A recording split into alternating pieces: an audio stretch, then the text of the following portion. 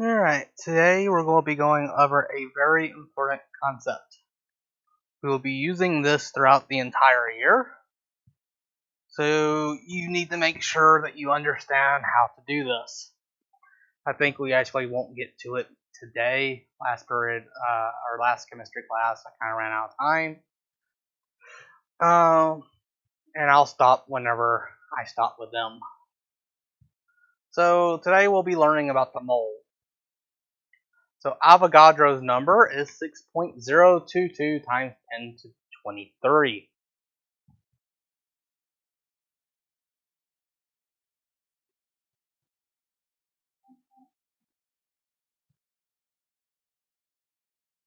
So atomic mass is the mass of an atom of a chemical element expressed in atomic mass units, or AMUs. It is approximately equivalent to the number of protons and neutrons in the atom. The mass number are to the average number, allowing for relative abundances of different isotopes. So it's not quite equal to the number of protons and neutrons for two reasons. One is an average of the available isotopes. So isotopes contain different numbers of neutrons, so it averages the weight out. So it's an average value. So like, for example, if I said that 10 cars are usually 2 meters long, and I said one car is actually 1.5. So on average, the average would be less than 2, because one of them was smaller and I'd shrink it down to like 1.98.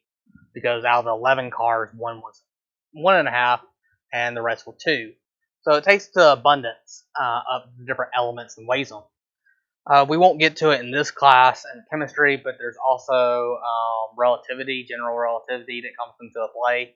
E equals mc squared. Energy is equal to mass times speed of light squared. Whenever chemicals bond, it takes bonding energy. So the mass of a proton actually changes due to the fact that it's chemically bonded. That requires energy in there, and energy is equivalent to mass. So you get the fact that depending on how many bonds are in the atomic nucleus, more mass because of more bonding energy added. Doesn't affect it too much, but it is you still can basically use the fact that it's approximately equal to the number of protons and neutrons.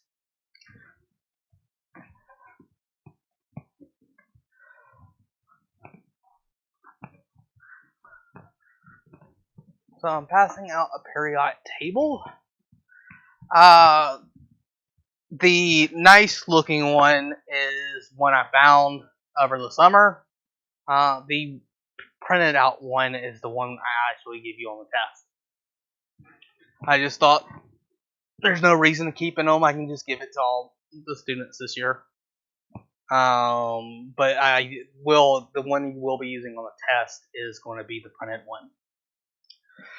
So looking at it, so reading a periodic table, if you look at a random element, the very first line is going to be the element name. The fancy printed one's slightly different, but the element name is given. Then a atomic number comes after that. And the fancy one is the bottom left number, but the printed one that'll be on the test is this. The atomic number is the number of protons. Then we have the atomic symbol. Note that this is a symbol. We just happen to use a Latin alphabet as the symbol. In ancient times, they actually had real symbols. Like water was used like a circle, a little line through it. Hydrogen was like a dash. So they actually had real symbols. Now we just abbreviate the name of it, but it is technically a symbol. Think of it more like a pitcher. It just happens to be in the shape of a C for carbon. And then the last number is the atomic mass, also known as the atomic mass number. Really, you should think of it as atomic mass. Throw out the number at the end of it is atomic mass. There is a reason why they call it that, but it's unimportant. Because this number can reference several things. So, in order to find the atomic mass, you look at your periodic table. So for hydrogen, it is 1.00794 AMUs. For lead, which is 82, bottom right of the periodic table, it's 207.2 AMUs, and oxygen is 15.9994 atomic mass units.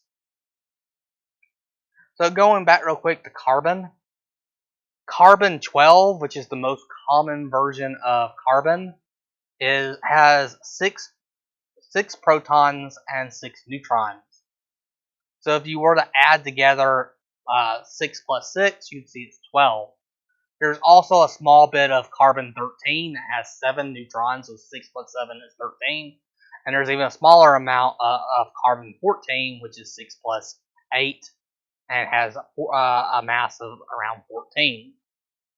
And so if you average together the fact that there's like well over 90%, almost 100% is carbon 12, you get a value closer to 12. So if you look where take 12 minus 6, you get 6, and that would be the number of neutrons in the atom. So, if you wanted to find the mass of an entire molecule, not just the atomic mass, but the molecular mass, all you have to do is add together the atomic masses of each element.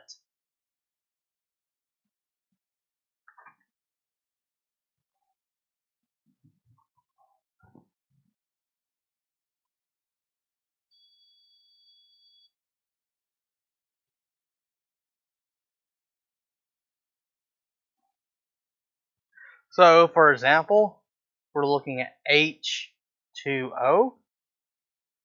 If we were to look at the periodic table, you will see written something like this, and oxygen on the right side.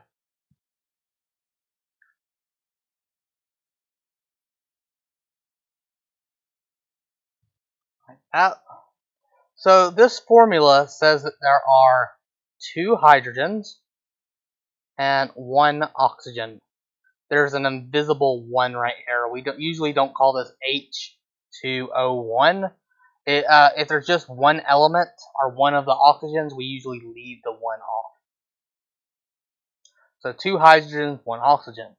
So that means we take 2 times the mass of a hydrogen atom, 1.00794, and we add to it the mass of 1 oxygen atom, which is 15.9994.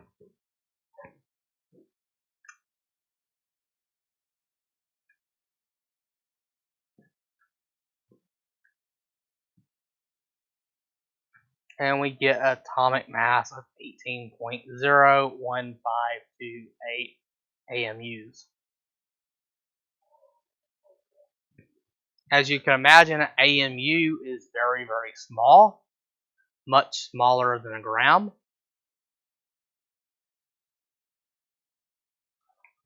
So let's do another example. So in the PowerPoint, they use propane. Propane is C3H8.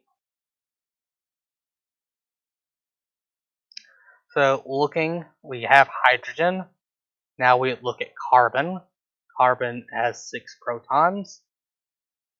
I also highly recommend that you look over the periodic table and actually go through and read all the elements.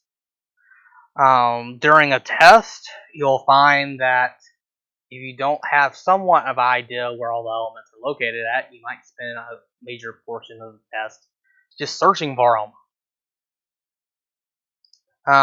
So I'd particularly pay attention to some more common ones like copper, iron, oxygen, sulfur, lead, gold.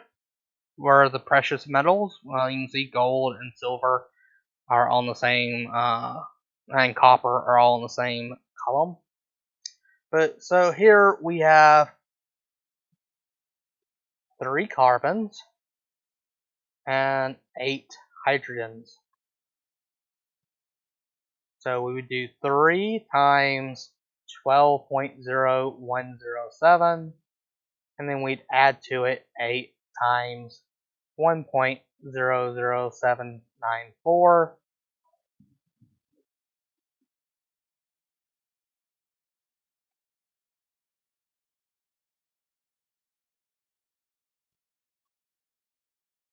and we get an atomic mass, or a molecular mass, of 44.09562 AMUs.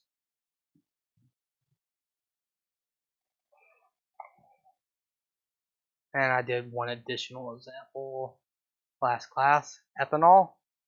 So this was called propane. So ethanol formula is C2H5OH.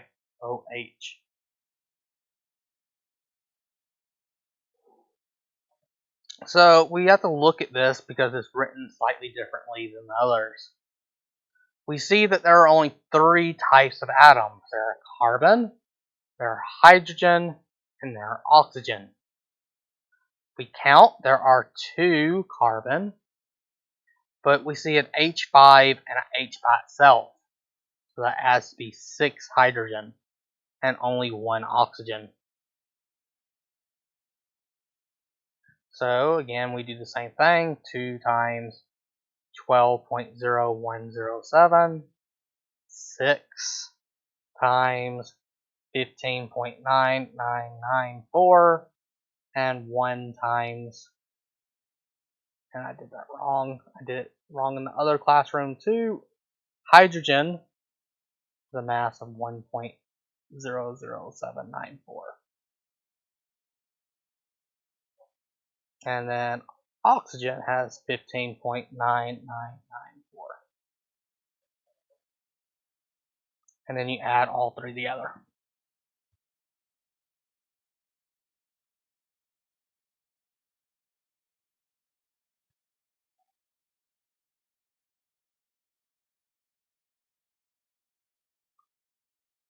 And you get 46.06844 AMUs.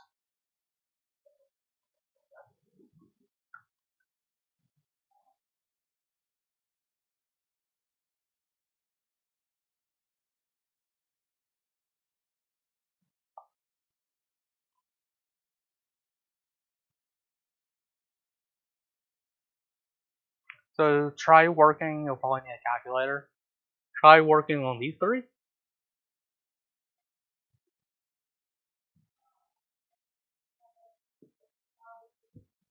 Yeah.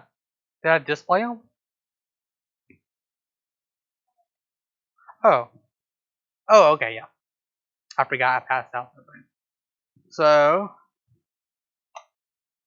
you've already worked on them by yourself.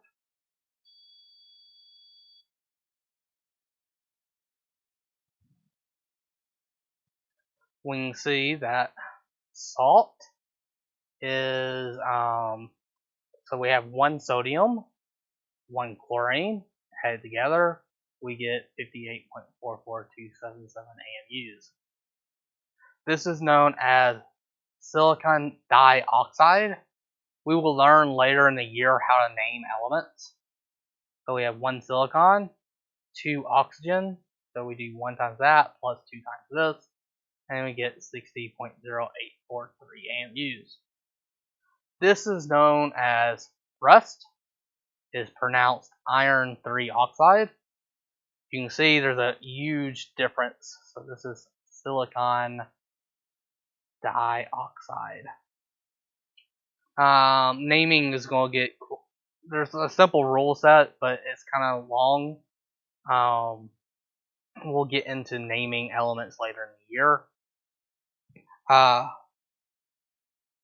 I will say that regardless of which periodic table you use, the one I print off for the test and the one I'm going to include on Google Classroom is going to be the one that's on the test.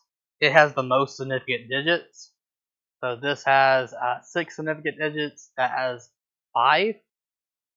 I always want your answers. We're going to stop using significant digits on everything because it just complicates. I want at least 4 significant digits. 4 or 5. So even if you, like, for example, if you put 5 significant digits and you got this wrong, or you use a different periodic table. So if you use a different periodic table, it might have different numbers. These are all measured numbers anyway. Even if you got it wrong, I usually just look at the first 4 digits. So at least put 4 significant figures or 4 digits, so that regardless of which periodic table you use, you will get it accurate to 4 significant digits. That's ever periodic table, or at least the one I provided you, and this one does include at least 4 to 6 significant digits. Ooh, almost messed up.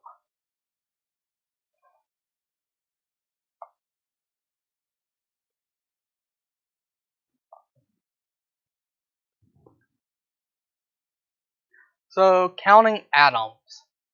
Chemistry is a quantitative science. We need a counting unit. This is the mole. Not that mole, it is a unit of measurement. We say that 1 mole is the amount of substance that contains as many particles, or atoms or molecules, as there are in 12 grams of carbon-12 isotope. So it's a carbon atom that contains 6 protons and 6 neutrons. If we had exactly 12 grams of it, we would have a mole of that carbon atom. So this is the definition of a mole. It might have changed recently. We changed a lot of our definitions, like a year or two ago, and also in the 70s we did it a lot. And a lot of science classes don't teach the new revisions because it really doesn't matter. Because the definition, they changed it. It's still going to be 6.022 times 10 to the 23.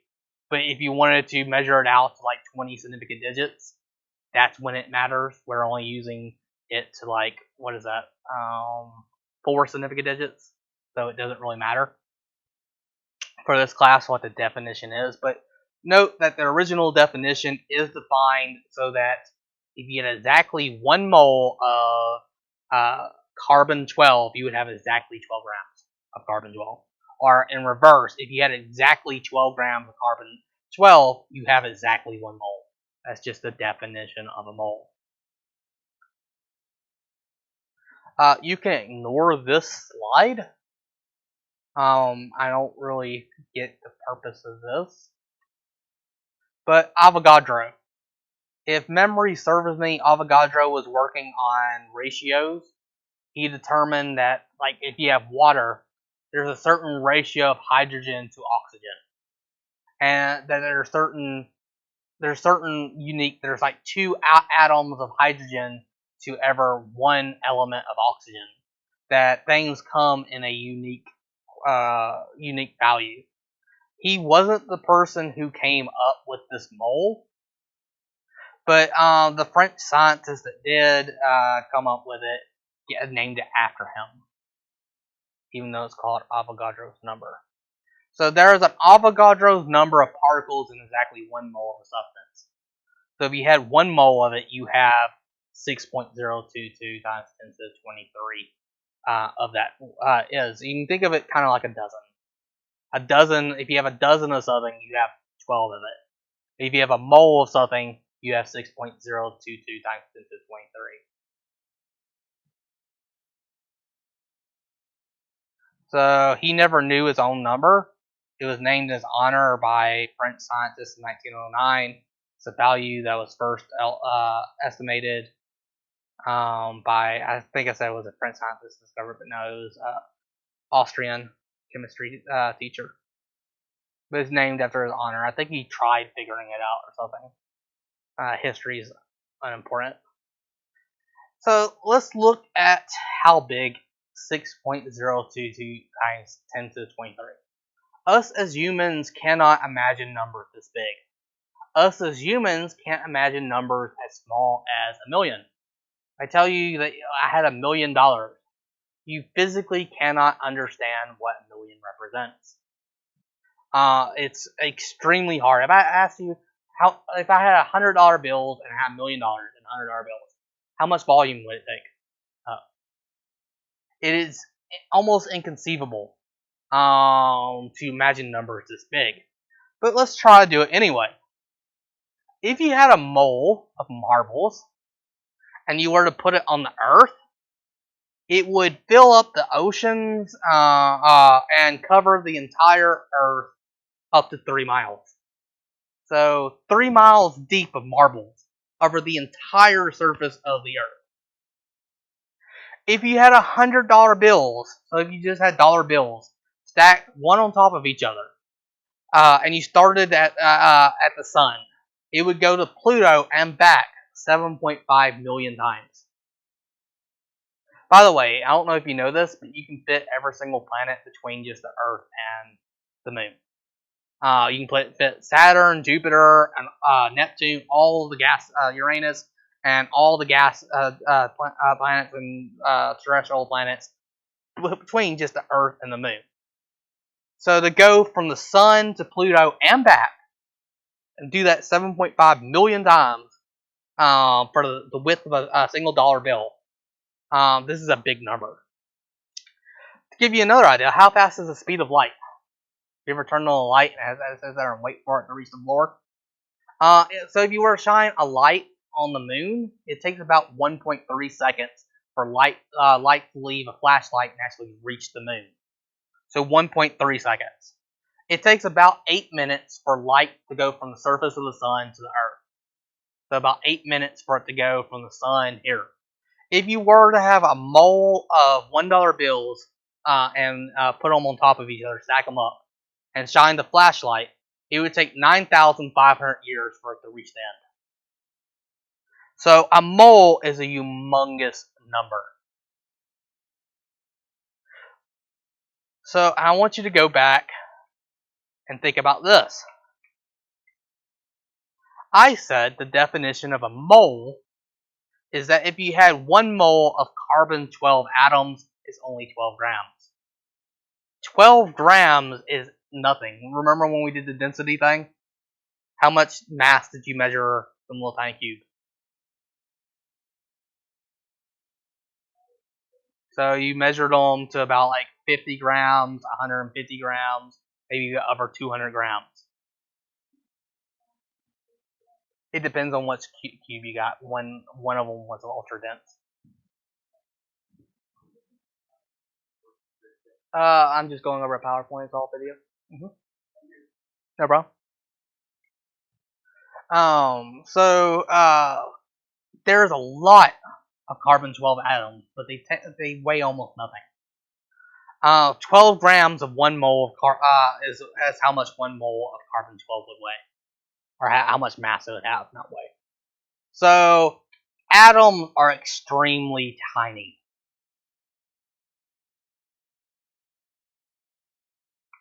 And that's a very big number.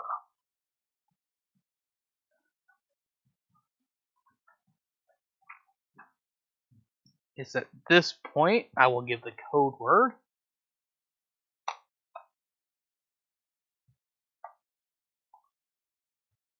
The code word is this. Again, the code word is this.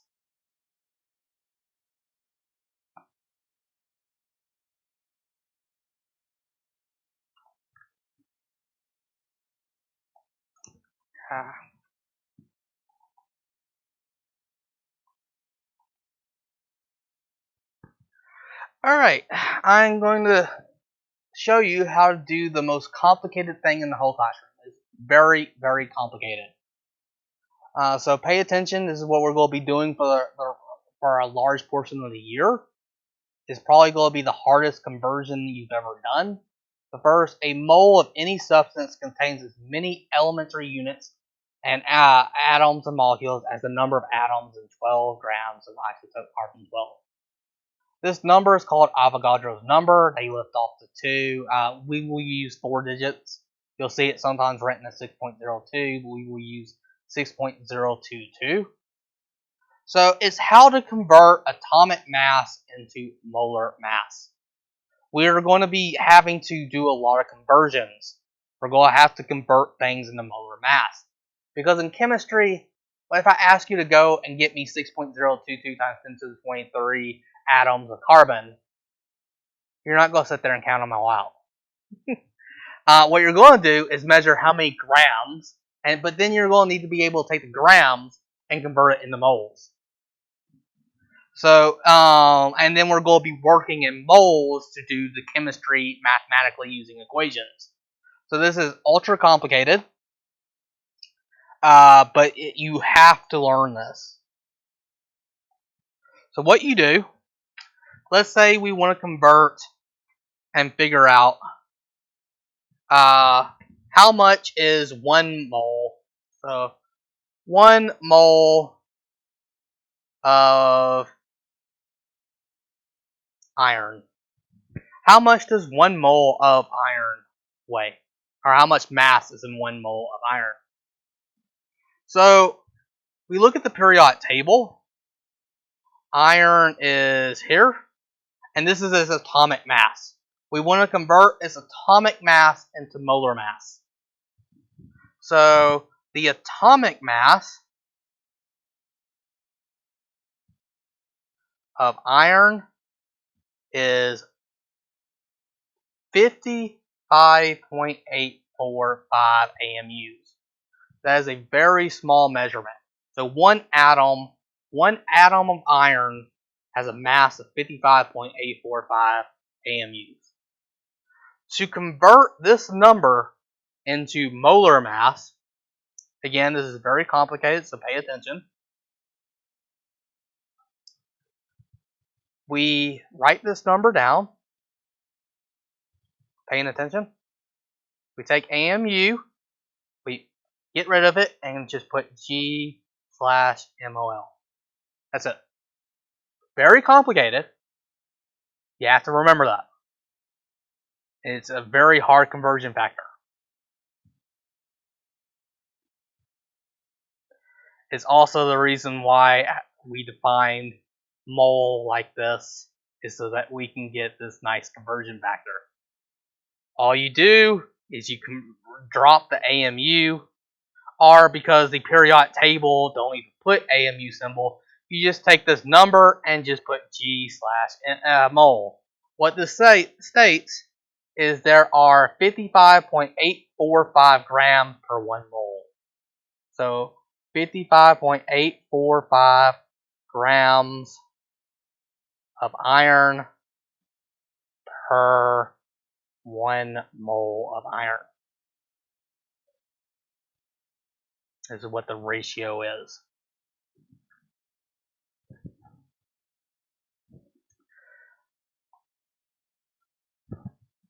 Unfortunately, I ran out of time on the other class. This is where I stopped. But actually looking at this, there's only one more slide left.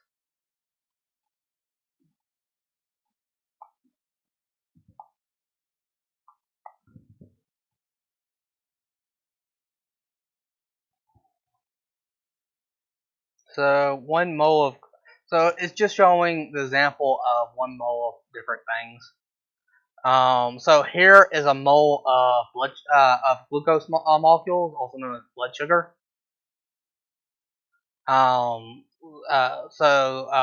This is a mole of sugar. It's roughly about the same as tables of sugar, but and this is mothball crystals, 1 mole. But here is a mole of water. So there's the same number of H2O molecules in this as there are in glucose molecules in this. So there's a 1-to-1 ratio for every glucose crystal or glucose molecule. There's exactly 1 H2O molecule.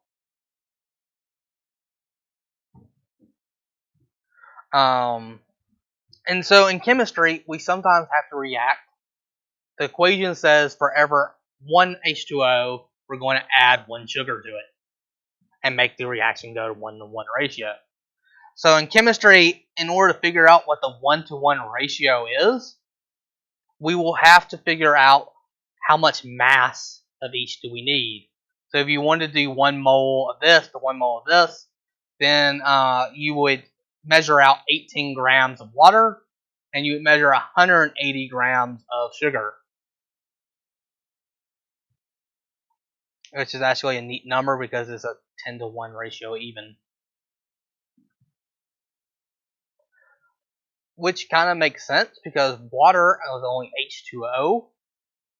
For every molecule of this, they also have 10 additional hydrogen, 5 extra oxygen, and additional 6 carbon atoms for every, on each molecule compared to the simple H2O molecule. So we expect H2O to be a whole lot smaller molecule than this.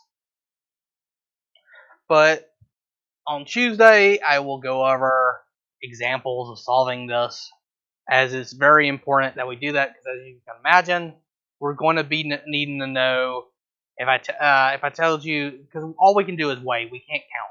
We can't count individual molecules. All we can do is weigh them. And so we'll need to be able to take the mass of something, convert it into moles, and do ratios so that we know 1 mole of this to 2 moles of that will react. So we'll need to weigh out and do conversions like that. So that's it for today. Any questions?